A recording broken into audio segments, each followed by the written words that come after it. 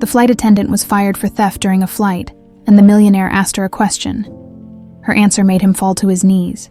Emily Collins straightened her Navy uniform one last time before walking down the aisle of the first-class cabin.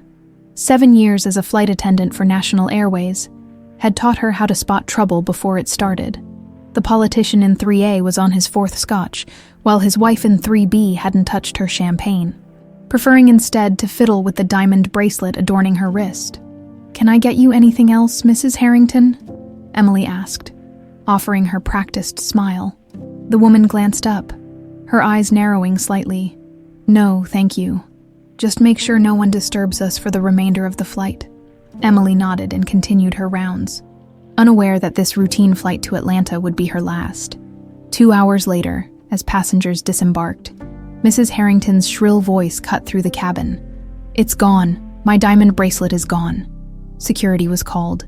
The plane was searched, and somehow, impossibly, the bracelet was found in Emily's locker. "I didn't take it," Emily insisted, her voice shaking as she stood before the airline's HR director, Susan Donovan. "Someone must have planted it there. I would never." "The evidence is quite clear, Ms. Collins," Susan interrupted, her voice cool and professional, betraying none of the triumph she felt inside. "We have a zero-tolerance policy for theft. Your employment is terminated, effective immediately." Just like that, 7 years of perfect service records meant nothing. No investigation, no chance to defend herself, just the humiliation of being escorted from the building by security while former colleagues averted their eyes. 3 months later, Emily's knees ached as she scrubbed the floor of Charleston Regional Airport's small terminal. The irony wasn't lost on her, spending her days watching planes take off and land while she cleaned the floors that passengers walked across without a second glance. "Emily, break time," called Marge. The 60-something supervisor who'd shown Emily unexpected kindness since her first day, in the cramped break room, Emily unwrapped her homemade sandwich and checked her phone. A text from her brother. "Got an A on my bio midterm, med school. Here I come." She smiled despite herself. At least something good was coming from all this. The money wasn't much, but combined with her depleted savings, it was keeping her brother in college and covering her mother's medical bills. Another text appeared. "Mom's doctor wants to try a new treatment. Insurance won't cover it, $3,000. I'm sorry, Emily closed her eyes, fighting back tears. $3,000 might as well be $3 million. Her wrongful termination lawsuit against National Airways was moving at a glacial pace, with expensive lawyers finding every possible way to delay proceedings. "You okay, honey?" Marge asked, settling into the chair across from her. Emily wiped away a tear. "I'm fine. Just tired." "You had that dream again, didn't you?" Marge had become something of a confidant over the past months. Emily nodded. The same nightmare had plagued her since childhood. Falling through clouds, screaming for parents whose faces she couldn't see, the deafening sound of metal tearing apart. "I don't know why they're getting worse," Emily admitted. "Ever since I lost my job, it's like they're more vivid, like they're trying to tell me something." After break, Emily returned to her cart of cleaning supplies. Through the large terminal windows, she watched a sleek private jet taxi toward the hangar. Another wealthy executive, probably, flying in for a weekend of golf or sailing. Emily tried not to feel bitter. She'd once loved the sky, found freedom in it. Now it just reminded her of everything she'd lost. That evening, Emily trudged up the stairs to the modest 2-bedroom apartment she shared with her mother. The place smelled of antiseptic and the cheap air freshener she'd picked up at the dollar store. "Mom, I'm home," she called, setting her bag down. Her mother's reply was weak. "In here, sweetheart."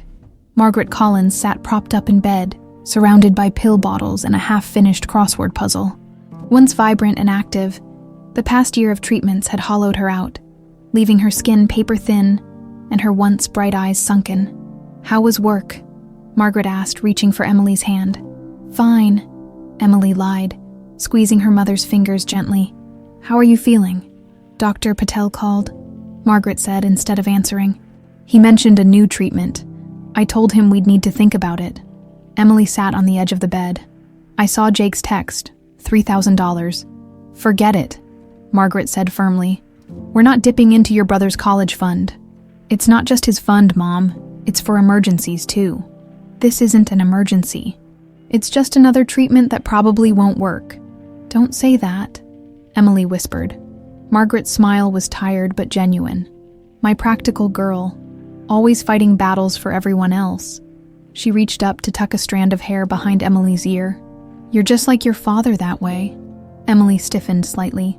Her adoptive father had died when she was 15, but something in the way her mother mentioned him always felt off, as if there were words unsaid, histories untold. Later that night, after ensuring her mother had taken her medication and fallen asleep, Emily sat at their small kitchen table. Bills spread before her: the apartment rent, utilities, insurance copays, her brother's tuition installment, and now, somehow, an additional $3,000 she needed to materialize out of thin air. She pulled out her phone and reluctantly opened the email she'd been avoiding.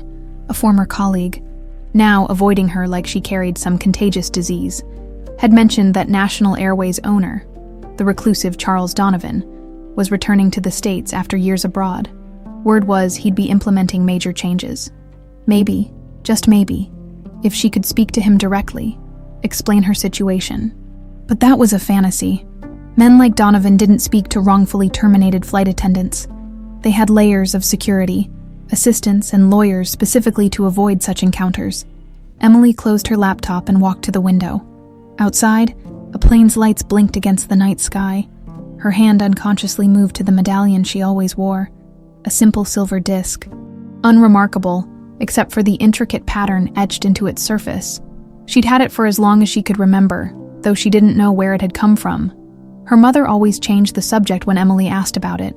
As she watched the plane disappear into the distance, Emily had no way of knowing that the owner of that medallion would soon walk back into her life, or that the dreams plaguing her sleep were not dreams at all, but fragments of memories fighting to surface after 20 years of darkness. The wind picked up outside, rattling the loose window frame, a sound not unlike the metal tearing in her dreams. Emily shivered, suddenly cold despite the warm evening air. Sometimes she felt like she was still falling, even when her feet were firmly on the ground. The sleek private jet touched down on the tarmac of a sunlit airstrip just outside New York City. Charles Donovan gazed out the window, observing the Manhattan skyline in the distance, 5 years away, and the city skyline had changed, much like the man himself. "Welcome home, sir," the pilot announced over the intercom. "Local time is 2017 p.m., clear skies and 72 degrees. Charles nodded absently, already scrolling through emails on his tablet. At 49, his dark hair was threaded with silver at the temples, lending him a distinguished air that complemented his tall frame and penetrating gray eyes. Years of negotiating international business deals had taught him to hide his emotions behind a carefully composed mask of polite indifference. But today, as his private car whisked him toward the National Airways headquarters, that mask slipped just slightly. 5 years ago, he'd left America behind. Unable to bear the constant reminders of his failure, now he was back with a single purpose: to fulfill a 20-year-old promise to the only man he'd ever truly respected. Find her and protect her, Henry had said, his voice barely audible over the hospital machinery keeping him alive after they'd pulled him from the wreckage. "She carries our secret."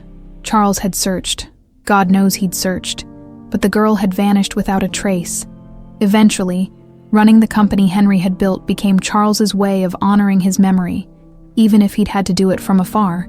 The car slowed as it approached the gleaming glass tower bearing the National Airways logo. Charles straightened his tie and steeled himself for what was to come. Susan Donovan paced her corner office, phone pressed to her ear. "I don't care what it takes. Delay the lawsuit further. That girl can't set foot in this building again." She paused, listening. "No, Charles doesn't know about it, no. And he won't. Just handle it." She ended the call and turned to the window, surveying the empire she'd spent years quietly consolidating under her control. Her half-brother might own the majority share, but in his absence, Susan had become the de facto ruler of National Airways. She'd made herself indispensable. And she wasn't about to let anyone, certainly not some flight attendant with an uncanny resemblance to a ghost from the past, threaten that. The intercom buzzed. "Ms. Donovan, Mr. Donovan has arrived. He's waiting in the main conference room." Susan took a deep breath, checking her reflection in the glass. At 46, she was still striking, with sharp features and darker hair than her half-brother, kept in a sleek, chin-length bob. She straightened her designer suit and headed for the door, a practiced smile already in place. "Charles, what a wonderful surprise," she exclaimed, entering the conference room where her half-brother stood examining a model airplane display. The dozen executives seated around the table looked on nervously. Charles turned, his expression inscrutable. "Hardly a surprise, Susan. I informed the board of my return 3 weeks ago." Susan's smile didn't falter. "Of course, I meant the timing. We weren't expecting you until tomorrow's meeting. I prefer to understand situations before discussing them formally," Charles replied, his tone pleasant but firm. "I've spent the morning reviewing our financial statements." An uncomfortable silence fell over the room. Susan gestured toward an empty chair at the head of the table. "Well, you're here now. Shall we begin?" For the next 2 hours, Charles systematically dismantled the narrative Susan had carefully constructed over the years. Questionable expense accounts, declining service ratings, high turnover among staff. By the time he finished, several executives were visibly sweating. "Tomorrow's board meeting will address restructuring plans," Charles concluded.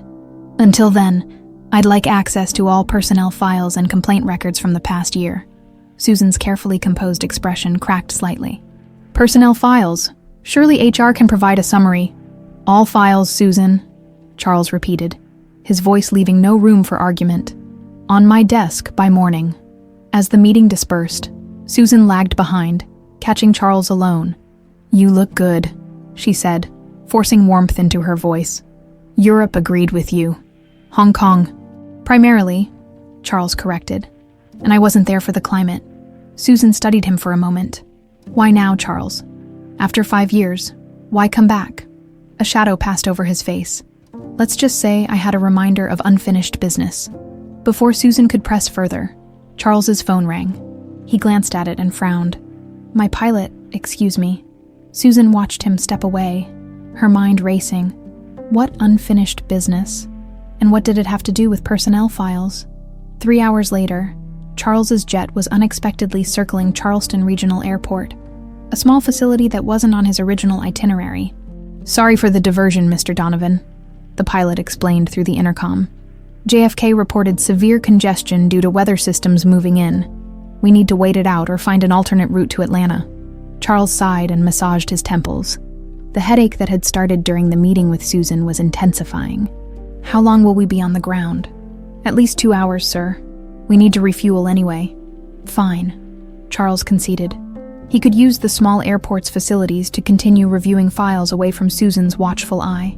The jet taxied to a remote area of the small airport as Charles descended the stairs to the tarmac. The warm southern air hit him like a physical presence after the artificial cool of the cabin. A ground crew member directed him toward the terminal, explaining that the small executive lounge was currently being renovated. "Regular terminal okay for you, sir. It's quiet this time of day." Charles nodded his thanks and headed inside. His leather briefcase in hand, the terminal was indeed mostly empty, with only a few travelers scattered among the plastic seats. He found a quiet corner and settled in, opening his laptop to continue working. 20 minutes later, movement caught his eye. A young woman in a cleaner's uniform was methodically working her way across the floor, pushing a mop with practiced efficiency. Something about her posture, the way she held herself despite the menial task, caught Charles's attention. She turned slightly, and Charles froze, the way she tucked her hair behind her ear. It was a gesture he'd seen 1,000 times before, Henry's gesture. And as she looked up, responding to something a supervisor called out, Charles caught a glimpse of her profile. The resemblance was undeniable, not just to Henry, but to the photographs Charles had seen of Henry's wife, Eleanor. This young woman had Eleanor's delicate features combined with Henry's determined set of the jaw. It couldn't be. It was impossible. And yet, before he could think better of it, Charles was on his feet, moving toward her. She looked up as he approached, wariness instantly replacing the distant expression she'd worn moments before. "Can I help you, sir?" she asked, her tone professional but guarded. Up close, the resemblance was even more striking, but it was something else that confirmed Charles's suspicion. A small silver medallion partly visible beneath her uniform, identical to the one Henry had always worn. "You're Emily Collins," he said, surprised to hear his voice sounding so calm when his heart was racing. Her eyes widened slightly. "Do I know you?" "No," Charles replied. "But I know you. You were a flight attendant for National Airways." Emily's expression hardened. "If you're from legal, I have nothing to say without my attorney present." "I'm not from legal," Charles said quietly. He extended his hand. "My name is Charles Donovan. I own National Airways." Emily's face went pale. The mop handle slipped from her grasp, clattering against the freshly cleaned floor. "What do you want?" she asked, her voice barely above a whisper. Charles looked at her, at the woman who had once been Grace Whitmore, daughter of his mentor and friend. Working as a cleaner in a small regional airport, everything he had planned to say vanished, replaced by a single burning question. "Why is an exemplary flight attendant like you working here?" Emily regarded Charles Donovan with disbelief, her posture stiffening. "Why am I working here?" she repeated, her voice gaining strength despite her shock. "Because your company fired me without cause and blacklisted me from every major airline." Charles frowned. "I'm not aware of any—" "Of course you're not," Emily cut in, bending to retrieve her fallen mop. "I'm sure firing flight attendants is so far beneath your notice it doesn't even register." Something in her defiance struck Charles, the same unbending integrity he'd admired in Henry. Before he could respond, Emily's supervisor called out from across the terminal. "Collins, everything okay over there?" Emily raised a hand in acknowledgement. "Fine, Marge. Just finishing up." She turned back to Charles, her eyes hard. "If you'll excuse me, Mr. Donovan. Unlike some people, I can't afford to lose my job," as she began to walk away. Charles called after her. "May I speak with you when your shift ends?" Emily paused, torn between wanting nothing to do with this man and the slim hope that he might actually listen to her side of the story. "I finish at 7, she said finally, without turning around. "There's a diner across the street." Charles watched her go, a storm of questions swirling in his mind. Blacklisted, fired without cause. None of this matched the company policies he'd established. He pulled out his phone and dialed his assistant. "Rebecca, I need you to find a personnel file. Emily Collins, former flight attendant, terminated approximately 3 months ago. And I need it now." Meanwhile, Susan Donovan sat at her desk in New York, staring at her computer screen where a dossier on Emily Collins was open. The phone on her desk rang, displaying her assistant's name. "What is it, Michael?" "Miss Donovan. Someone from Mr. Donovan's office just requested Emily Collins's personnel file." Susan's blood ran cold. "When?" "Just now they said Mr. Donovan needs it urgently." Susan shut her eyes, thinking quickly. "Send them the sanitized version, the one we prepared for legal." "Yes, ma'am." Susan ended the call, her mind racing. Why was Charles asking about Emily Collins? Had someone tipped him off? She picked up a small remote from her desk drawer and pressed a button. The office windows instantly frosted over, ensuring complete privacy. From a hidden compartment in her desk, she withdrew a tattered photograph. A handsome couple smiled back at her. Henry and Eleanor Whitmore on their wedding day. Susan had carefully cut herself out of the picture years ago, removing the evidence of her standing beside them, her face tight with barely concealed jealousy. It had never been supposed to happen like this. 20 years ago, when she'd first approached Sean Matthews with her idea, it was supposed to be simple, just a small mechanical issue with Henry's private plane, enough to scare him, to make him realize how fragile life was, enough perhaps to make him turn to her for comfort. She hadn't known Eleanor would be on the plane too, and she certainly hadn't planned for both of them to die. Susan returned the photograph to its hiding place, her hands trembling slightly in the chaotic aftermath of the crash. She'd been named temporary guardian of 8-year-old Grace Whitmore. Charles had been overseas, unreachable for the critical first 72 hours. By the time he returned, wild with grief, the child was gone, given to a suitable family outside the industry, where she could heal from her trauma away from constant reminders of her parents. In reality, Susan had paid the adoption agency an enormous sum to place the girl with a family in another state, to change her name, to make her disappear. Grace Whitmore became Emily Collins, and Susan breathed easier, knowing the secret she and Sean shared was safe, until, 20 years later, a young woman with Henry's mannerisms and Eleanor's eyes walked into National Airways. Looking for a job as a flight attendant, Susan hadn't recognized her initially, It was only during a company gala, when she'd watched Emily adjust her hair behind her ear with that distinctive gesture of Henry's, revealing a small crescent-shaped birthmark, that the truth had hit her with the force of a physical blow. The discovery that Emily wore Henry's medallion, the one he'd always claimed contained a family secret, had confirmed Susan's worst fears. She had orchestrated Emily's firing immediately, using the bracelet theft as convenient cover, and now Charles was asking questions. Susan picked up her phone again. "Michael, book me on the next flight to Charleston." Back in Charleston, Emily managed to avoid Charles for the remainder of her shift, taking her cleaning cart to the far end of the terminal. By the time 7 o'clock rolled around, she had half convinced herself he wouldn't show up at the diner. Yet there he was, sitting in a booth by the window, jacket removed and sleeves rolled up, looking through a file with such intense concentration, he didn't notice her approach. "Find anything interesting?" she asked, sliding into the booth across from him. Charles looked up, quickly closing the folder. "Mrs. Collins, thank you for coming. It's not like I had a lot of other dinner invitations from billionaires tonight," Emily replied dryly. A waitress approached, pouring coffee without being asked. "The usual, Em." "Thanks, Dottie."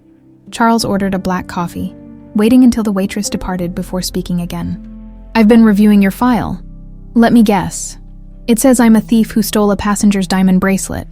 Actually, it's surprisingly vague. States you were terminated for violation of company policy, but contains no incident report, no witness statements, nothing." Emily's surprise must have shown on her face because Charles continued. "That's not how I run my company. Ms. Collins, every termination, especially one involving alleged theft, should have extensive documentation." "Well, tell that to your HR director," Emily said. "She's the one who fired me on the spot." "Susan fired you personally," Emily nodded, describing the events of that day. Charles listened without interrupting, his expression growing darker. "And you filed a wrongful termination lawsuit." "Tried to, but your lawyers keep finding reasons to delay.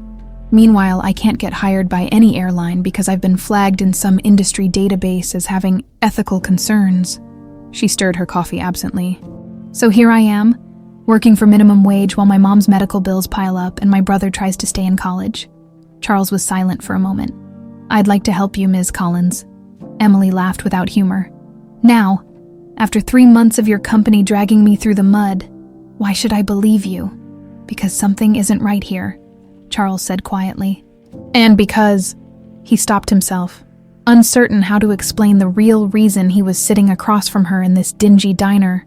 How could he tell her that she was the spitting image of his dead friend, that the medallion around her neck was identical to the one Henry had worn every day of his life? That 20 years ago, he'd made a promise to protect a little girl who had vanished without a trace. "Because what?" Emily pressed, studying his face. "Because I believe you," Charles said finally. It wasn't the whole truth, but it wasn't a lie either. Emily's gaze remained skeptical, but something in his tone must have reached her. "What exactly are you proposing, Mr. Donovan?" "First, I'd like to formally reopen the investigation into your termination," he said. "Second, I'd like to offer you a temporary position as my administrative assistant while we sort this out." "You want me to work for you?" Emily's eyebrows rose. "The man whose company destroyed my career. With me," Charles corrected.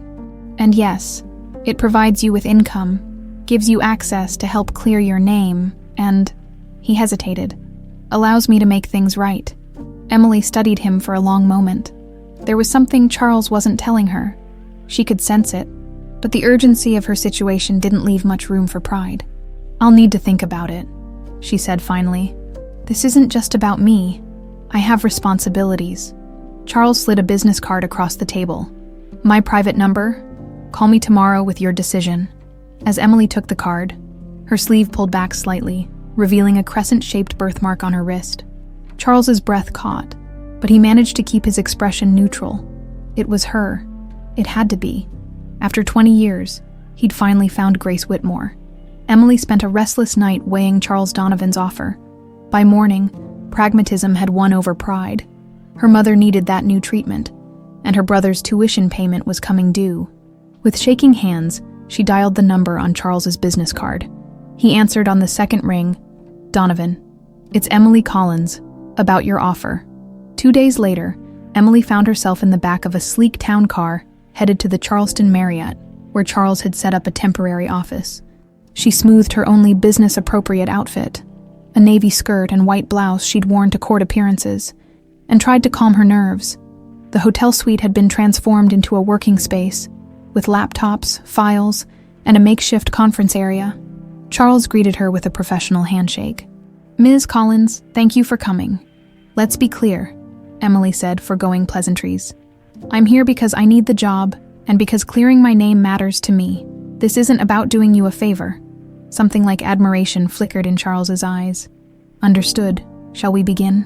The morning passed in a blur of administrative tasks, with Charles observing Emily's efficiency with quiet approval. Around noon, his phone rang, checking the display. His expression hardened. "Susan, what a surprise."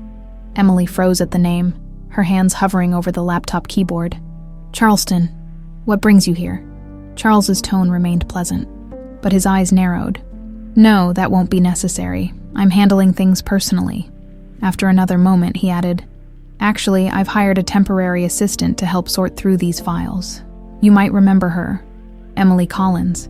Even from across the room, Emily could hear the sharp intake of breath from the other end of the line. "Yes, that Emily Collins," Charles continued, watching Emily's reaction. "I'll see you at dinner, the hotel restaurant, 7 o'clock. He ended the call and turned to Emily.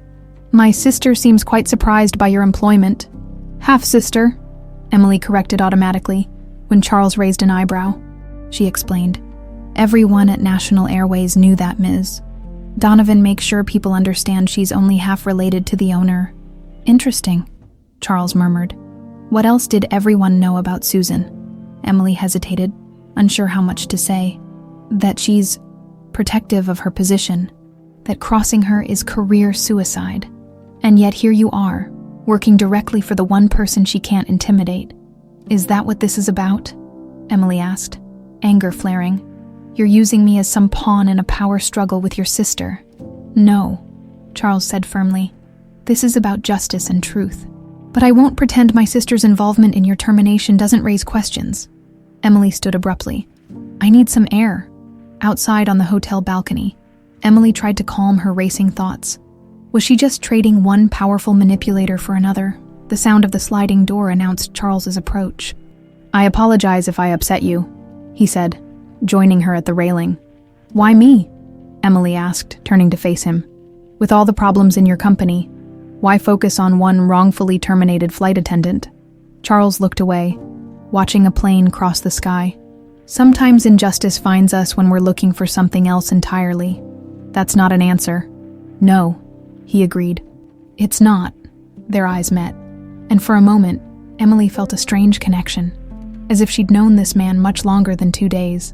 The feeling unsettled her, and she quickly looked away. "I should get back to work," she said across town, in another hotel suite. Susan Donovan was on the phone with Sean Matthews. "He's hired her, Sean, as his assistant." On the other end of the line, the former pilot turned politician cursed. "How the hell did he even find her?" "I don't know, some cosmic joke of fate." Susan paced the room. "If he figures out who she is..." "He won't," Sean interrupted. "It's been 20 years. Even if she looks like them, there's no proof. All records of Grace Whitmore were sealed after the adoption." "There's the medallion," Susan reminded him. "A trinket, meaningless without context. And the birthmark." Sean sighed audibly. "Susan, get a grip. Charles may be suspicious, but he can't prove anything. And if he starts asking too many questions, well, that's why I'm calling. I need your help with an airport contract, and you need me to stay quiet about certain past events." Susan stopped pacing. "Are you blackmailing me?" "I prefer to think of it as mutual self-preservation. My campaign needs that airport security contract, and the selection committee trusts your judgment on vendors. And if I refuse, then I might start remembering details about a certain night 20 years ago, how you were so obsessed with Henry that you..." "Stop," Susan hissed. "I'll see what I can do." After ending the call, Susan stared at herself in the hotel mirror. The face that looked back was still attractive, still commanding, but she could see the strain around her eyes, the tightness in her jaw. For 20 years she'd carried this secret. And for what? Henry had never loved her. Not even when they were teenagers and she'd worshipped him from afar. The medallion. She'd thought it meaningless when she'd let the child keep it, just a family heirloom with sentimental value. It wasn't until years later, overhearing Henry tell Charles about a family secret hidden in plain sight, that she'd realized her mistake, and now Charles and Emily, no, Grace, were together, the pieces moving inexorably toward a truth Susan had buried for 2 decades. Back at the hotel, Charles watched Emily work, conflicted about his next move. Part of him wanted to tell her everything immediately, who she really was, what had happened to her parents, the promise he'd made, but without concrete proof. Would she even believe him? Or would she think him delusional? Perhaps even dangerous. The lawsuit gave him legitimate reason to investigate Susan's actions, but he needed more. He needed access to the medallion, to confirm it was Henry's, and he needed to find the old family doctor who could verify the birthmark's significance. "We should prepare for dinner," Charles said, checking his watch. "Susan will be looking for any excuse to undermine you." Emily looked up from the laptop. "I can handle Susan Donovan." "I don't doubt it, but we need to be strategic. She doesn't know what we know about the lack of documentation for your termination. So what's the plan?" "We observe. We don't reveal what we're investigating, and we watch her reaction to seeing you with me." Emily closed the laptop, her expression troubled. "This feels like more than just clearing my name now." Charles met her gaze steadily. "It is. But I promise you, Emily, when this is over, you'll have more than your reputation back." "What does that mean?" Before Charles could answer, his phone rang again. He checked the display. "It's the private investigator I hired to look into your case. Excuse me."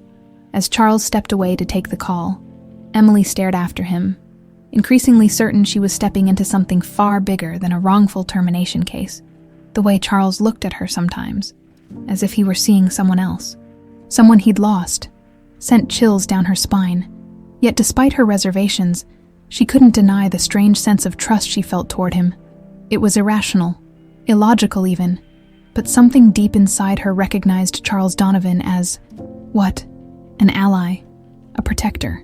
With a frustrated sigh, Emily rose to prepare for dinner, unaware that across the table from her that evening would sit the woman who had orchestrated not just her firing, but the destruction of her entire former life.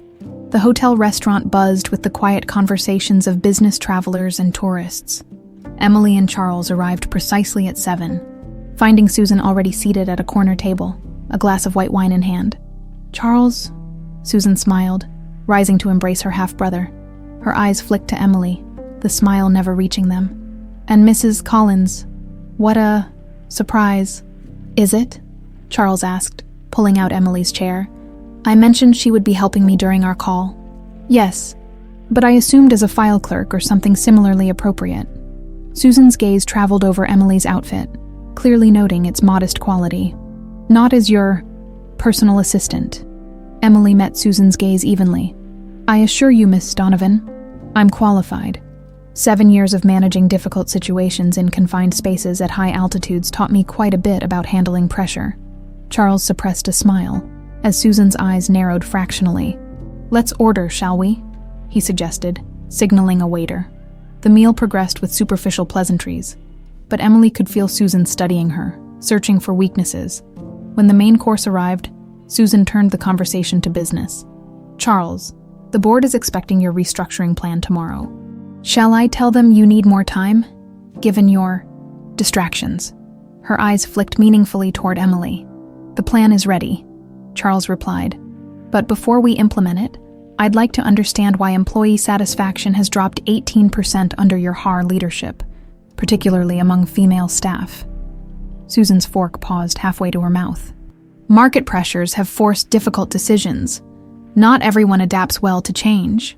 "Interesting," Charles mused, "because I've been reviewing termination records, and there seems to be a pattern of exemplary female employees being dismissed for vague policy violations, especially those positioned for advancement."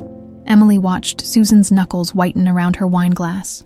"If you're implying something based on one disgruntled former employee's claims, I'm not implying anything," Charles interrupted smoothly. "Just noting patterns. Data doesn't lie, Susan." The tension was broken by Susan's phone ringing. She glanced at it and stood abruptly. "Excuse me." I need to take this. As Susan walked away, Emily leaned toward Charles. She's rattled. Good. Charles watched his sister's retreating form. Tonight was about letting her know we're looking into patterns, not just your case. Her reaction confirms we're on the right track. Emily studied him. There's more to this than clearing my name, isn't there? Before Charles could answer, Susan returned, her composure restored. I apologize, but I need to cut dinner short. There's a situation at headquarters requiring my attention. On a Saturday night, Charles raised an eyebrow. The airline business doesn't respect weekends, as you well know. Susan gathered her purse, then paused, looking at Emily's neck. That's an interesting medallion, Miss Collins, family heirloom.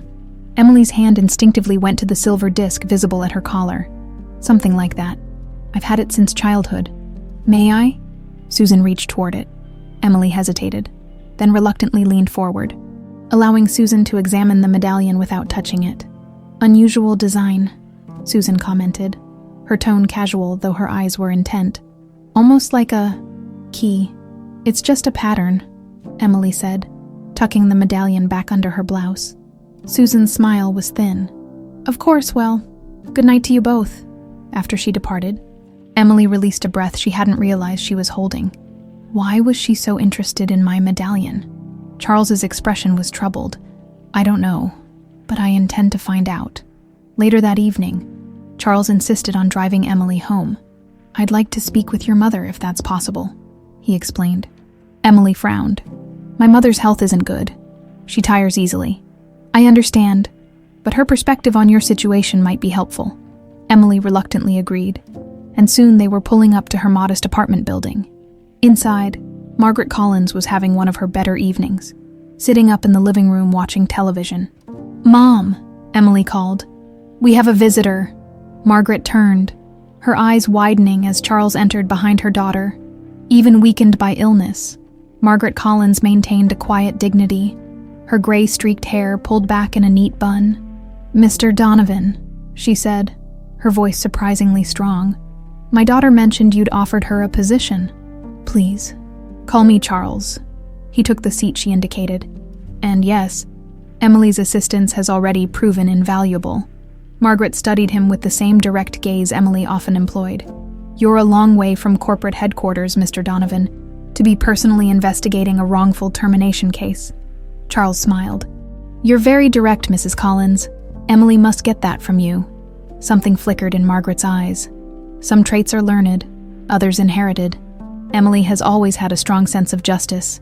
That came built in. The conversation continued, with Charles asking polite questions about how long they'd lived in Charleston, while Emily excused herself to make tea. When she returned, she found her mother relating stories of Emily's childhood. So independent, even as a young girl, though the nightmares were difficult. Emily set the tea tray down with a little too much force.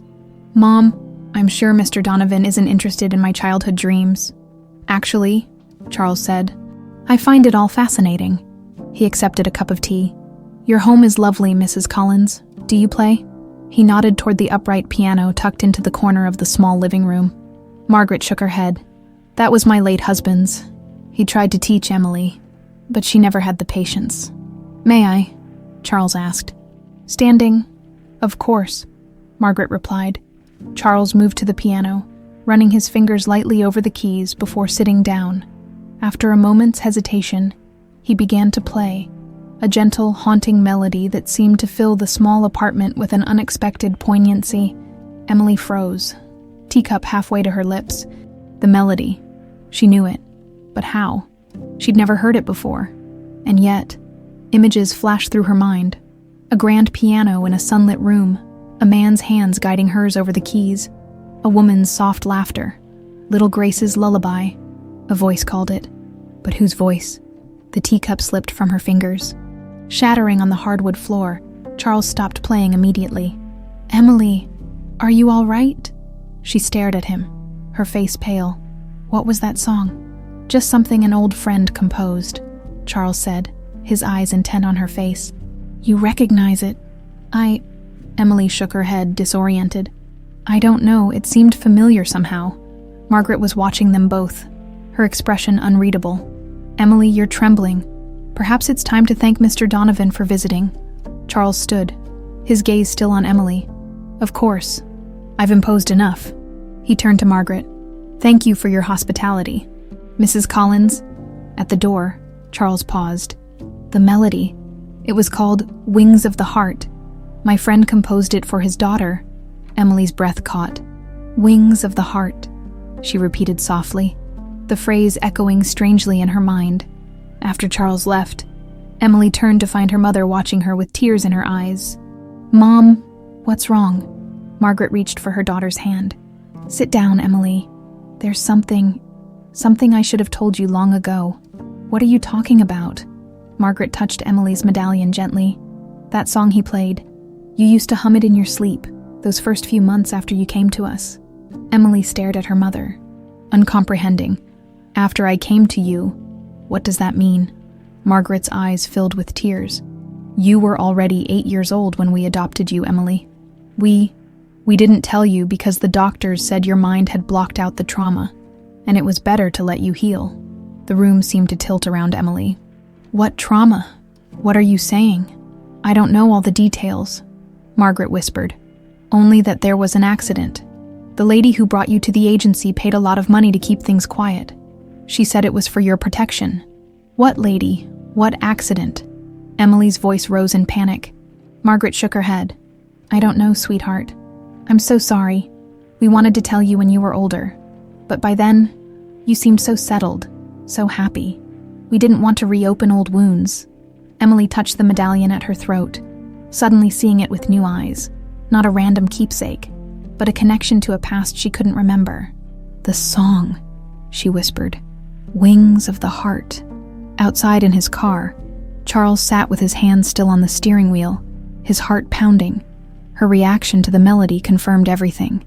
Emily Collins was Grace Whitmore, and somehow, against all odds, he'd found her.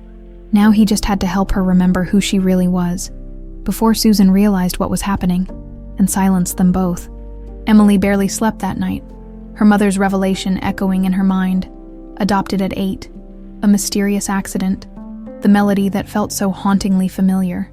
None of it made sense, yet it explained the disjointed fragments of memory that had plagued her dreams for years. By morning, her confusion had crystallized into determination. She needed answers, and Charles Donovan seemed to have at least some of them. She reached for her phone to call him, but it rang before she could dial. Emily, it's Charles. How are you feeling? Like my entire life has been a lie, she replied bluntly. We need to talk. I agree. But first, I have news. I've located Dr. William Garner, formerly the Whitmore family physician. He's retired now, living outside Atlanta. I'm flying there this morning to speak with him. I'm coming with you, Emily said, her tone brooking no argument. A brief pause. I'll send a car in an hour. 90 minutes later. They were airborne in Charles's private jet. Emily stared out the window, watching Charleston recede beneath them. My mother's condition worsened overnight, she said without preamble. The doctors say it's pneumonia. They've admitted her to the hospital. Charles glanced up from his tablet. I'm sorry? Emily, is there anything I can do? You can tell me the truth. She turned to face him. You know who I really am, don't you? Charles set the tablet aside, his expression grave. I have a theory, but without proof. I don't care about proof right now. I care about truth. Emily's voice trembled slightly. Last night, you played a song that triggered memories I didn't know I had. My mother, my adoptive mother, told me I was already 8 when they took me in, that there was an accident, and some woman paid to keep my adoption quiet. Charles was silent for a long moment. 20 years ago, my business partner and closest friend, Henry Whitmore, died in a plane crash along with his wife Eleanor. Their 8-year-old daughter, Grace, supposedly died with them, but Henry lived long enough to tell me otherwise. His last words to me were, "My daughter survived. Susan hid her. Find her and protect her. She carries our secret." Emily's breath caught. You think I'm Grace Whitmore? I do. Charles met her gaze steadily. The way you tuck your hair behind your ear, exactly like Henry did. The crescent birthmark on your wrist. A Whitmore family trait going back generations. And the medallion you wear. Identical to the one Henry never took off. Emily's hand went instinctively to the silver disc at her throat. But why would Susan hide me? And why can't I remember any of this? The trauma of the crash could explain the memory loss. As for Susan, Charles's expression darkened. I've spent 20 years trying to understand that myself. The plane descended toward Atlanta, leaving Emily lost in thought. If what Charles believed was true, then the nightmares that had haunted her for years weren't dreams at all, but fragments of memory struggling to surface. Dr. William Garner's home sat on a quiet street in an Atlanta suburb, its well-tended garden reflecting its owner's meticulous nature. The doctor himself, a dignified man in his 70s, opened the door at Charles's knock. "Charles Donovan," he said, recognition and surprise mingling in his tone. "It's been, 15 years? At least," Charles replied, shaking the older man's hand. "Thank you for seeing us on such short notice." Dr. Garner's gaze shifted to Emily, and something like shock flashed across his face. "My God," he whispered. Inside, once they were seated in his study, the doctor continued to stare at Emily. "The resemblance is remarkable. You have Eleanor's features, but Henry's eyes. Then you believe she's Grace Whitmore?" Charles asked. "Doctor?" Garner leaned forward, studying Emily's face. "May I see your left wrist, young lady?" Emily extended her arm, revealing the crescent-shaped birthmark. "The Whitmore mark," the doctor confirmed. "Every member of the direct bloodline bears it. Henry had one in the exact same location." He sat back, visibly shaken. "We all believed you died in that crash, child." "I don't remember it," Emily admitted. "I don't remember anything before the Collinses adopted me. Traumatic amnesia, not uncommon in children who've experienced something horrific." Dr. Garner turned to Charles. "But how did you find her after all these years?" Charles explained the coincidence of Emily working for National Airways, her subsequent firing, and their chance meeting at the Charleston airport. "Susan fired her personally," he finished, which raises disturbing questions about how much Susan knows. Dr. Garner's expression grew troubled. Susan Donovan always had an unhealthy fixation on Henry, even as teenagers. When he chose Eleanor instead, well, Susan didn't handle rejection well. Emily leaned forward. "Are you suggesting Susan had something to do with the crash?" "I'm not suggesting anything," the doctor replied carefully. "But I remember treating Susan for what she claimed was a nervous breakdown after the funeral." She kept repeating, "It wasn't supposed to happen like that." At the time, I attributed it to shock and grief. A chill ran through Emily. "Dr. Garner, do you know what my medallion means?" Susan seemed very interested in it. The doctor nodded. "Henry commissioned that medallion when Grace was born. He called it the Wings of the Heart, the same name as the lullaby he composed for you. He was very protective of it, said it contained a family secret that would be revealed when the time was right." "But what secret?" Emily pressed. "That I'm afraid Henry took to his grave, or so we thought, Doctor." Garner's gaze settled on the medallion at Emily's throat. "Perhaps the answer has been with you all along." By the time they returned to the jet, Emily felt overwhelmed by the weight of revelations. She was Grace Whitmore, daughter of Henry and Eleanor, presumed dead for 20 years, and now it seemed possible that her parents' death had been no accident. "What now?" she asked Charles as the plane lifted off. "Now we find concrete proof," he replied. "Something that will stand up in court if necessary." Emily nodded absently, her thoughts on her mother, her adoptive mother, lying in a hospital bed in Charleston. "I need to get back, Margaret's condition." Her phone rang, interrupting her. The caller ID showed the hospital. Emily answered, her heart racing. "Ms. Collins, this is Dr. Patel. Your mother's condition has deteriorated significantly. You should come right away." The next few hours passed in a blur. Charles redirected the jet to Charleston and had his driver rush them directly to the hospital. Emily found Margaret in the IQ, an oxygen mask obscuring most of her face. Her brother Jake sat beside the bed, his expression bleak. He said, rising to hug her. "She's been asking for you." Emily approached the bed, taking Margaret's frail hand in hers. "Mom, I'm here." Margaret's eyes fluttered open. Focusing with effort, she gestured weakly for the nurse to remove the oxygen mask. "Emily," she whispered, "my brave girl. Save your strength, Mom," Emily urged. Margaret shook her head slightly. "No time. Must tell you." Her breathing was labored, each word an effort. The woman who brought you to us? Elegant, wealthy, paid cash, so much cash, for us to take you and never speak of your past. Emily leaned closer. Who was she, Mom? Do you remember her name? Never said her name, but... Margaret's voice faltered. But I found something after you went to bed last night, hidden in my old jewelry box all these years. She gestured weakly toward her purse on the side table. Jake retrieved it, and Margaret directed Emily to a small zippered compartment inside. There, wrapped in tissue paper, was a business card, yellowed with age. Emily unfolded it, reading the name printed in elegant script. Susan Donovan, Vice President of Human Resources, National Airways.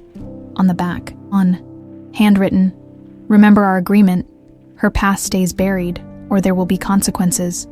Emily stared at the card, ice flooding her veins. Mom, why didn't you tell me? Protecting you, Margaret whispered. Always protecting you, she seemed. Dangerous. Her eyes drifted to Charles, standing quietly in the doorway. But he found you anyway, didn't he? Just like the elegant lady said he would someday. Emily squeezed her mother's hand. What do you mean? What did she say about Charles? Said a man would come looking for you someday. Said he'd claim to be your guardian. But he was dangerous. Margaret's breathing grew more labored. But I see how he looks at you. Not dangerous, protective, like a promise kept. Margaret's eyes closed, her breathing growing fainter. Forgive me, Emily. Should have told you, years ago. There's nothing to forgive, Emily whispered, tears streaming down her face. You've been the best mother anyone could ask for. A faint smile touched Margaret's lips. Then, with a soft sigh, she was gone. The days following Margaret's death passed in a fog of grief for Emily. The funeral arrangements, the well-meaning visitors, her brother's quiet devastation. All of it felt surreal, disconnected from the person she thought she was, the person she was discovering she had been. Charles remained a constant, silent presence, handling details Emily couldn't bring herself to face.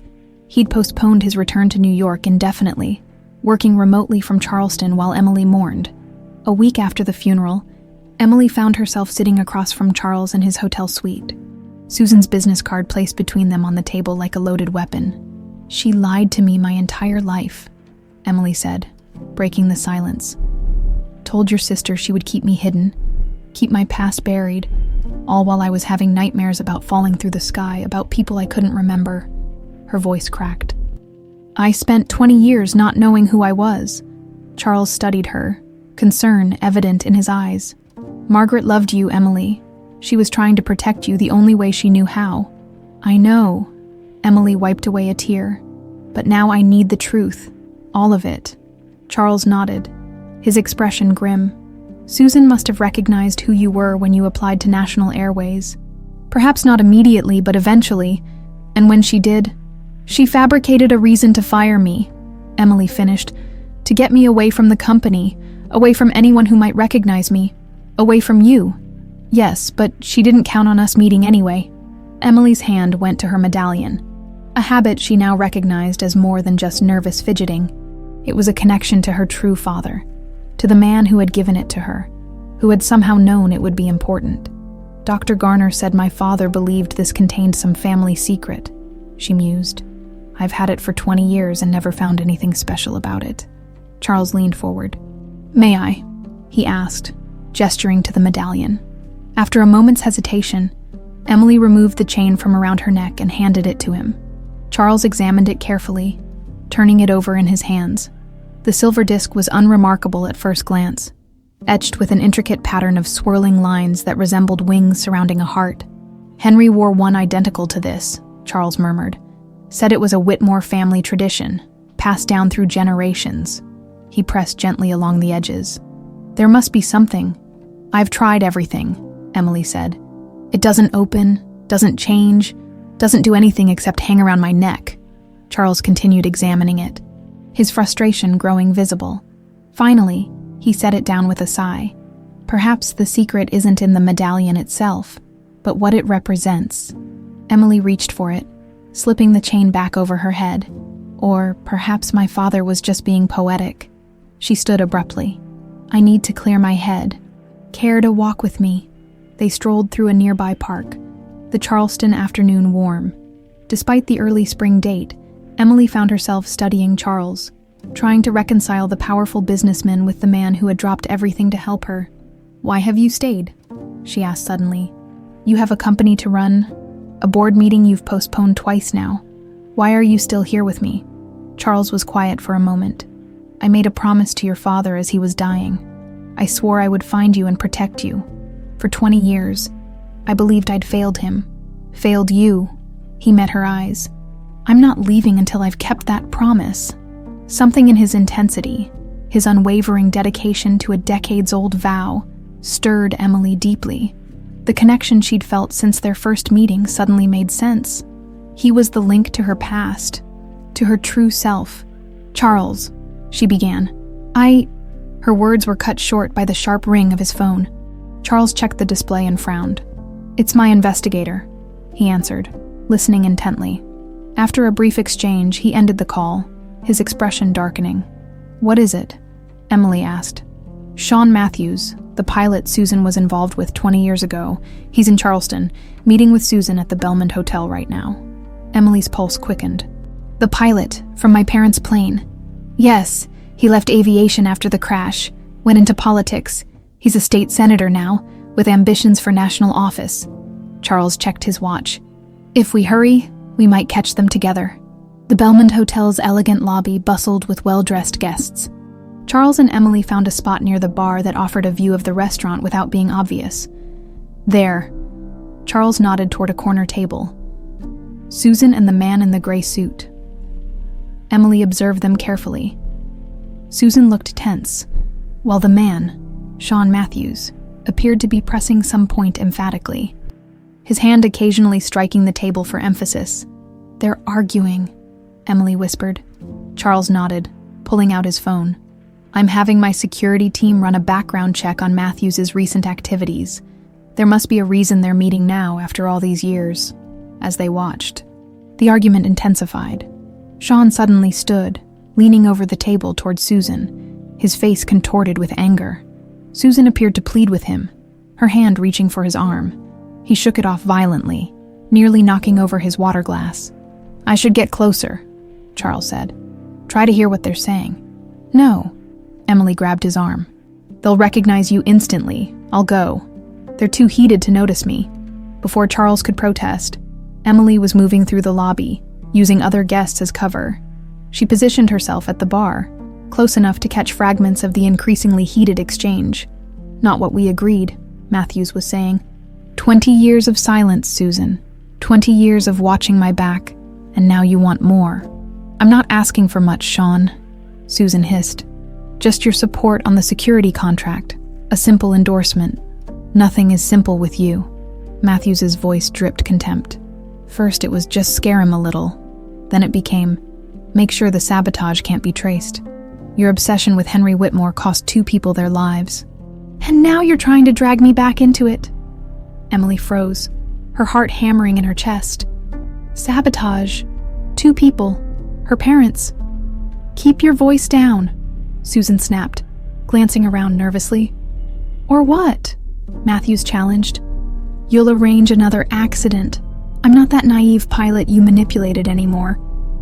"Susan, I have my own power now, and I have evidence that could destroy your precious political career with one phone call," Susan countered. "Or have you forgotten who actually tampered with that fuel line?" Matthews's face went rigid. "We're done here." He stood, throwing his napkin onto the table. "Stay away from me, Susan. Next time you call, I'll go public with everything." As he stormed toward the exit, Susan remained seated, her face a mask of controlled fury. Emily retreated quickly, rejoining Charles before either could spot her. "What did you hear?" Charles asked, noting her pale face. "Enough," Emily replied, her voice shaking. "They sabotaged my parents' plane. Susan planned it, and Matthews carried it out. They murdered my parents, Charles." Charles's expression hardened. "Let's get out of here before Susan sees us." Back in Charles's car, Emily related the conversation in detail, her hands trembling with shock and rage. "We need proof," Charles said grimly. "Their word against ours won't be enough after 20 years. The medallion," Emily said suddenly, clutching it through her blouse. Susan kept asking about it. What if it really does contain evidence somehow? In her agitation, Emily tugged sharply at the chain. It caught on a button of her blouse, and as she tried to free it, her fingers slipped, striking the medallion against the car's center console with unexpected force. A soft click, barely audible, made them both freeze. "Did you hear that?" Emily whispered. Carefully, she removed the medallion, examining it in the fading afternoon light. A thin seam had appeared around its circumference, nearly invisible unless you knew to look for it. With trembling fingers, Emily pried at the edge. The medallion split open, revealing a tiny hidden compartment. Inside, nestled in velvet, was a small, ornate key. "Wings of the Heart," Emily breathed, recalling her father's melody, the name now taking on new meaning. The medallion's pattern wasn't just decorative. It was a stylized key with wings. Charles stared at the key in wonder. "Henry's private safe," he said. In the old Whitmore mansion, everyone thought the key was lost in the crash. Emily closed her fingers around the small key, feeling its weight, the weight of truth, of justice long delayed. "Take me there," she said, her voice steady despite the storm of emotions inside her. "Take me to my father's house." Susan Donovan's hands shook as she poured herself a third drink in her hotel suite. The confrontation with Sean had gone worse than she'd anticipated. After 20 years of mutual silence, their fragile pact was unraveling just when she needed it most. Her phone rang. Michael, her assistant in New York. "What is it?" she snapped. "Ms. Donovan, there's been unusual activity on Mr. Donovan's corporate account. He's accessed the original architectural plans for the old Whitmore estate." Susan nearly dropped her glass. "When?" 20 minutes ago, and there's more. He's ordered the security system deactivated for tonight. "Thank you, Michael, that will be all." Susan ended the call, her mind racing. The Whitmore mansion. Charles was taking Emily there. But why? What could possibly? The medallion. Susan cursed herself for not confiscating it years ago. Henry had been obsessive about that trinket, wearing it constantly, fingering it during tense meetings. She'd thought it merely sentimental when she'd let the traumatized 8-year-old keep it after the crash. But what if it was more? What if it contained something that could link her to the sabotage? With shaking hands, Susan dialed Sean's number. He didn't answer. She left a terse voicemail. "They're going to the Whitmore mansion tonight. Whatever Henry hid there, they're about to find it. Call me back." The Whitmore estate stood on 5 acres outside Atlanta, a stately Georgian mansion that had been in Henry's family for generations. After his death, Charles had purchased it, unable to bear the thought of strangers living in his friend's home. He'd maintained it exactly as it had been, a monument to the family he'd failed to protect, as their car wound up the long driveway. Emily stared out the window, fragments of memory stirring, the grand oak at the entrance, the circular fountain. The sense of coming home was so powerful, it brought tears to her eyes. "I know this place," she whispered. Charles glanced at her, hope flaring in his eyes. "Your memories are returning." Flashes. Impressions. Emily pressed her hand against the window. "My mother's rose garden was there, and my swing hung from that oak tree. Inside, the house was quiet, preserved like a museum." Charles led Emily through rooms that sparked more fragments of memory. The dining room where she'd sat on books to reach the table. The library where her father had read her stories. His study was upstairs, Charles said softly. That's where the safe would be. They climbed the grand staircase, Emily trailing her hand along the banister. At the top, she paused, her head tilting as if listening. "This way," she said suddenly, turning left with certainty. "I remember." She led them to the master suite, then through it to a smaller room beyond. Henry's private study, dark wood paneling, leather-bound books, a massive desk by the window. Emily moved as if in a trance, drawn to a large portrait on the wall, Henry and Eleanor Whitmore, with a small girl between them. "That's me," Emily breathed. "And my parents." Charles nodded, watching her rediscover her past. "Henry commissioned that painting for your 7th birthday." Emily touched the frame reverently, then stepped back, scanning the room. The safe, where would it be? Henry was traditional. Behind a painting, perhaps? Emily shook her head. No, Dad was cleverer than that. She closed her eyes, summoning elusive memories. Music. There was always music in this room. Her eyes snapped open, and she crossed to a beautiful antique record player in the corner. Here, it's here somehow.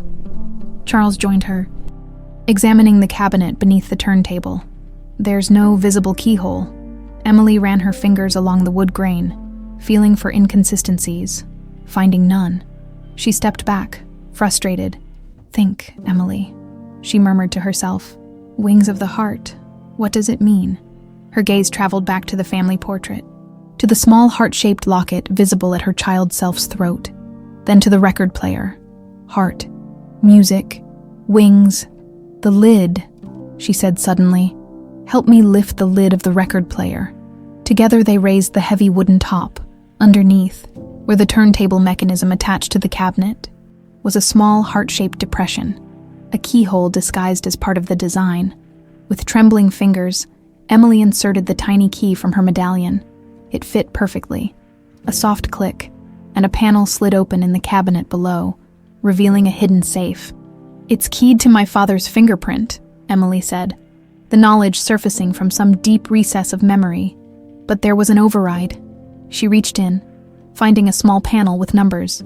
A code. What would it be? Your birthday, perhaps, Charles suggested. Emily tried it. Nothing happened. No, something more meaningful to Dad. She thought for a moment, then entered another date, 10/15/97. The safe clicked open. What's that date? Charles asked. The day he finished composing Wings of the Heart, Emily replied, the memory crystal clear. Now, he played it for me that night for the first time. Inside the safe were several items, legal documents, a small leather journal, and a USB drive. Emily removed them carefully, her hands shaking. The journal was Henry's private diary. Emily opened it, finding entries dating back years. She flipped to the final pages, her breath catching as she read her father's last entries. Susan's obsession has grown disturbing. Today I found her in my office again, going through my personal files. When confronted, she claimed to be leaving budget reports, but her behavior was erratic. I've asked Charles to investigate discreetly. And later, I've installed cameras in my private plane after finding evidence of tampering during the last maintenance check. If someone is attempting sabotage, I'll have proof. The footage uploads automatically to a secure server. I've hidden the access credentials where only Grace might someday find them if something happens to me. Charles will know what to do. Emily looked up at Charles, her eyes wide. The USB drive. They connected it to Charles's laptop. It contained only a single file, a text document with a web address, username, and password. It's an access portal to a secure server, Charles said, typing rapidly. If we can connect. The screen filled with file listings, dated 20 years earlier. Charles clicked on one, and grainy security footage appeared. Henry's private plane in a hangar, and a figure in maintenance coveralls working on something near the fuel line. The figure turned, and the camera caught his face clearly. Sean Matthews, Emily whispered. They watched in horror as Matthews methodically created a slow leak in the fuel system, one that would develop gradually during flight, leading to catastrophic failure. As he finished, a second figure entered the frame. Susan Donovan, instantly recognizable even 20 years younger, handed Matthews an envelope. They spoke briefly, their expressions grim but determined. Evidence, Charles said softly. After all these years, Emily sat back, overwhelmed. They murdered my parents, and they would have killed me too if I'd been on that plane as scheduled. Why weren't you? Charles asked. I had strep throat, Emily replied, the memory surfacing clearly now.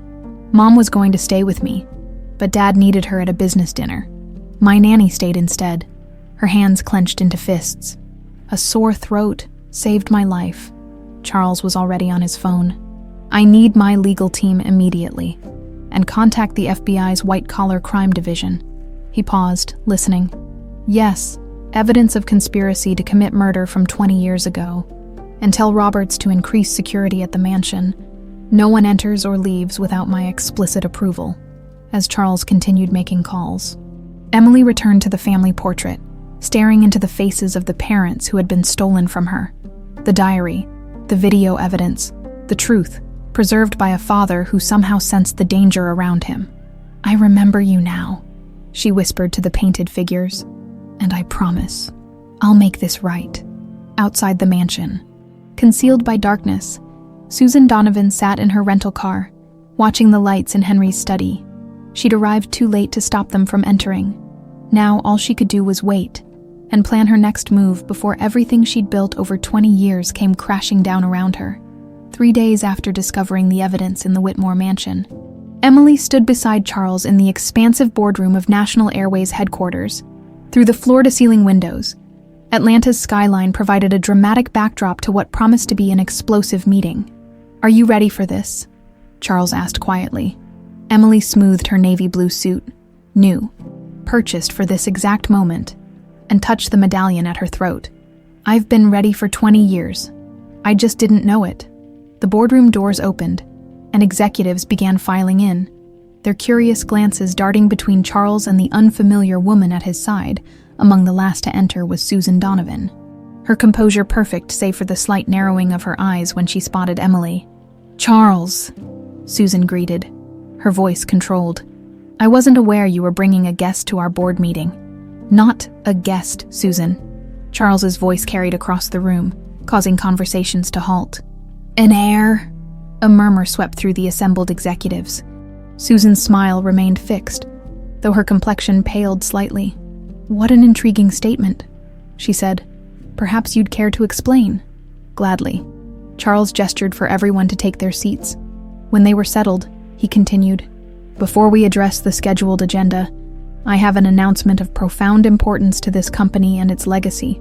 He moved to stand beside Emily. 20 years ago, we lost Henry and Eleanor Whitmore in a tragic plane crash. Their daughter, Grace, was also presumed dead. Charles paused, his gaze sweeping the room. That presumption was wrong. All eyes turned to Emily, realization dawning on many faces. "This is Grace Whitmore," Charles stated firmly. "Henry and Eleanor's daughter, rightful heir to the Whitmore legacy and shares in this company." The boardroom erupted in exclamations of shock and disbelief. Susan's voice cut through the chaos. "This is absurd," she declared. "Grace Whitmore died 20 years ago. This woman is Emily Collins, a former flight attendant terminated for theft. A termination you personally handled," Charles noted. "Just as you personally arranged for 8-year-old Grace to disappear after the crash," Susan laughed. But the sound was brittle. "You can't possibly expect the board to believe this fantasy based on a physical resemblance." "Not on resemblance," Emily spoke for the first time, her voice steady. "On evidence." At Charles's nod, his assistant distributed folders to each board member.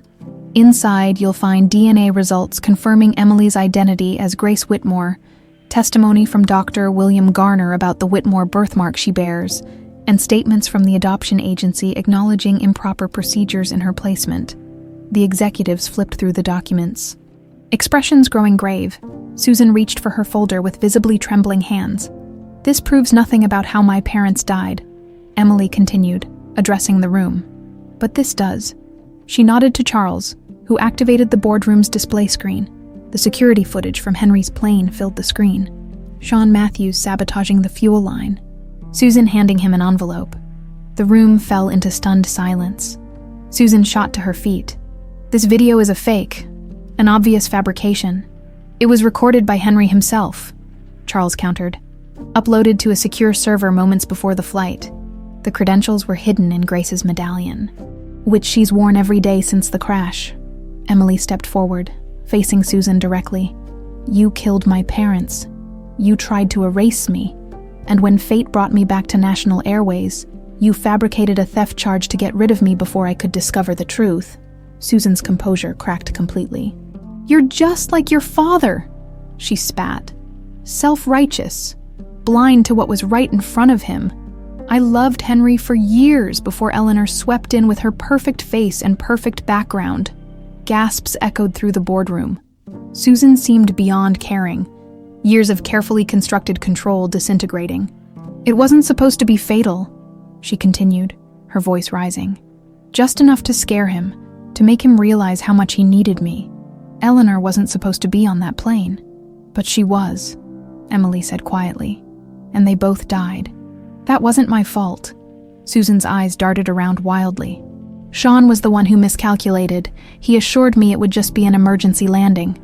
The boardroom doors burst open, revealing 2 FBI agents flanked by security. "Susan Donovan," one announced. "You're under arrest for conspiracy to commit murder and obstruction of justice." Susan's face transformed with rage. With surprising speed, she lunged across the table toward Emily, a letter opener from the table clutched in her hand. "You should have stayed dead," she screamed. Emily recoiled, but before Susan could reach her, another figure interceded. Sean Matthews, who had been waiting outside to give testimony, burst into the room and grabbed Susan's arm. "Enough!" he shouted, wresting the makeshift weapon from her grasp. "It's over, Susan." Security and FBI agents swarmed forward, restraining Susan as she continued to struggle and shout accusations. "You're betraying me too," she snarled at Sean. "After everything we did together." "What we did was wrong," Sean replied, his face haggard. "I've lived with it for 20 years, and I can't anymore." He turned to the FBI agents. "I came here voluntarily. I'm prepared to give a full confession." As Susan was led away, still hurling threats and accusations, the boardroom fell into shocked silence. Emily stood rooted to the spot. Overwhelmed by the violence of Susan's reaction and the sudden culmination of 20 years of hidden truth, Charles stepped beside her, his steady presence anchoring her. "Are you all right?" Emily nodded slowly. "I think I will be." She turned to address the stunned board members. "I apologize for this dramatic introduction. It wasn't how I hoped to meet you all." An older executive, Peterson, according to his nameplate, cleared his throat. "No apology necessary, Ms. Whitmore. The shock is considerable, but the evidence speaks for itself." He glanced at the others, receiving nods of agreement. "Speaking for the board, we welcome you back to your rightful place in this company." Another member spoke up. "What happens now?" Charles looked to Emily, deferring to her. "Justice happens," she said simply. "For my parents and for myself after that." She touched her medallion thoughtfully. "After that, we rebuild. My father built this company on integrity and compassion. It's time to return to those values." The meeting adjourned shortly after, with arrangements made for an emergency press conference later that day. As executives filed out, many stopped to express condolences and amazement at Emily's story. When they were finally alone, Emily sank into a chair, the adrenaline of confrontation draining away. "I never imagined she would react so violently," she said. 20 years of deception, about to come crashing down. Charles replied, sitting beside her. She saw her entire, carefully constructed life disappearing. Emily was quiet for a moment. "What she said about loving my father was obsession, not love," Charles finished gently. "Henry saw it, which is why he installed those cameras. He suspected someone was targeting him, though I don't think even he imagined Susan would go so far." Emily gazed out at the Atlanta skyline, at the planes taking off and landing in the distance. "It's strange. Part of me has hated flying all these years without knowing why. Those nightmares of falling through the sky, they were my subconscious trying to warn me." Charles reached over, hesitantly taking her hand. "And now, Emily said, squeezing his hand. "I think it's time to reclaim the sky, to honor my parents by finishing what they started." Outside, a passenger jet soared upward, catching the afternoon sun on its wings. Emily watched it climb, feeling not fear but a profound sense of rightness, as if after 20 years of being earthbound, she too was finally ready to soar. 6 months after the dramatic boardroom confrontation, National Airways was transformed. The corporate offices buzzed with renewed energy and purpose. Employees who had once feared Susan Donovan's arbitrary judgments now worked in an environment that valued integrity and compassion. Emily, now legally Emily Grace Whitmore Collins, honoring both her birth and adoptive families, stood at the window of what had once been her father's office. The Atlanta skyline spread before her, golden in the late afternoon light. "Contemplating your kingdom?" Charles asked, entering with 2 cups of coffee. Emily smiled, accepting the cup. "Contemplating change. The rebranding launches tomorrow." "Nervous?" "A little," she admitted. "It's a significant departure from the National Airways people know." The company's rebranding had been Emily's first major initiative as the newly appointed chief ethics officer. After considerable research into her father's original vision, she had proposed returning to the name Henry had initially wanted, Wings of the Heart Airlines, complete with a new logo incorporating the wing and heart motif from her medallion. "Your father would be proud," Charles said, joining her at the window. "Not just of the name, but of everything you've accomplished." Emily's gaze traveled to the framed photographs now adorning her office walls. Henry and Eleanor on their wedding day, 8-year-old Grace sitting on her father's shoulders, and a new addition, Margaret and Robert Collins, her adoptive parents, whose love had sustained her through the years of not knowing her true identity. "I hope so," she said softly. "Sometimes I wonder if I'm doing the right thing, keeping one foot in each world. Whitmore and Collins. It's who you are," Charles replied. "Both shaped you." A knock at the door interrupted them. Jake Collins, Emily's adoptive brother, now the company's new head of community outreach, poked his head in. "Sorry to interrupt, but the memorial site architects are here with the final plans." Emily nodded. "Send them in." The creation of a memorial at the crash site had been another of Emily's priorities. Not a mournful monument, but a place of reflection and hope. A garden with 20 years of growth, representing how tragedy could, eventually, give way to new life. As the meeting progressed, Emily found herself watching Charles.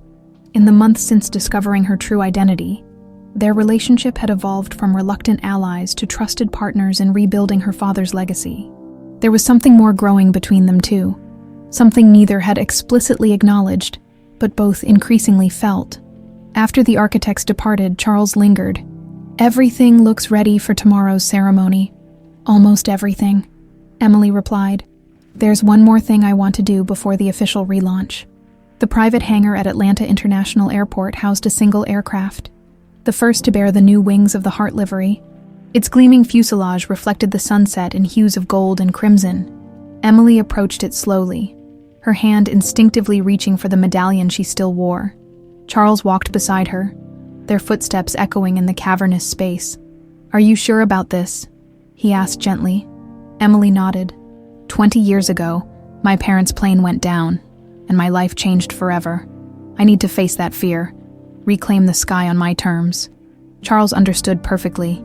He'd arranged for this private flight, just the two of them and a trusted pilot, to fly over the crash site, now transformed into the memorial garden.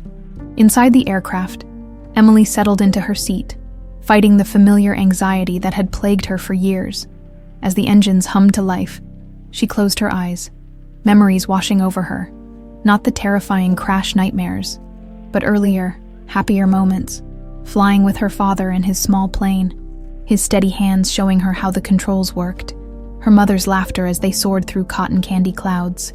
"You're smiling," Charles observed as the plane taxied toward the runway. "I'm remembering the good parts," Emily replied, "before everything went wrong." The takeoff was smooth, the pilot skilled and gentle in his ascent. As they climbed, Emily's grip on the armrest gradually relaxed. The sprawl of Atlanta receded beneath them, buildings becoming miniature, roads mere threads connecting tiny points of light. "It's beautiful," she whispered, face pressed to the window. Charles watched her, his expression softening. "You look like him when you do that. That same sense of wonder Henry always had about flying." Emily turned to him. "Tell me more about him. About them. Not as business partners or victims, but as people. The everyday things I've forgotten." As the plane leveled off, Charles shared stories. Henry's terrible jokes that made everyone groan, Eleanor's insistence on fresh flowers in every room, their unwavering commitment to treating every employee with dignity. Emily drank in these details, filling gaps in her fragmentary memories. "We're approaching the memorial site," the pilot announced over the intercom. Emily looked down. In the fading daylight, she could make out the distinctive heart-shaped garden, paths forming delicate wings extending from its center. Lights were being installed for the next day's dedication ceremony, giving the design an ethereal glow against the darkening landscape. "It's perfect," she said, tears welling in her eyes. Beautiful but not mournful, life continuing. Charles reached across, taking her hand. "Henry used to say that the true measure of a life wasn't its length but its impact. By that standard, your parents lived extraordinarily well. As did Margaret, Emily added. She taught me that family is more than blood. They circled the memorial once more before turning back toward Atlanta. As the city lights came into view again, Emily realized something remarkable. The anxiety that had accompanied flying for as long as she could remember had dissipated. In its place was a sense of peace, of rightness. Would you think it strange? She said suddenly. If I took flying lessons, Charles smiled. Not strange at all. It's in your blood. The plane descended smoothly toward the runway.